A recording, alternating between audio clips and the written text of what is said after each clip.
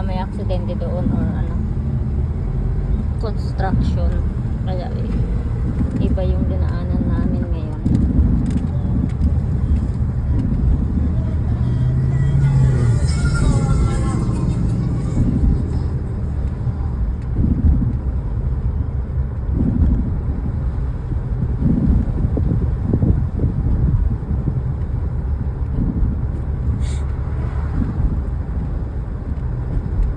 Ilang days na lang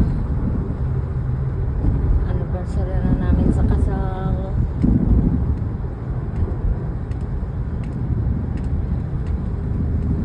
Tas Mother's Day yan noon eh. Mother's Day.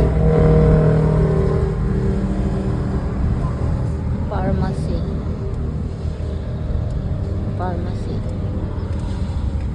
Yung mata ko parang umuuki-uki na nung binigyan kami ng pampatak ng doktor ko sa mata.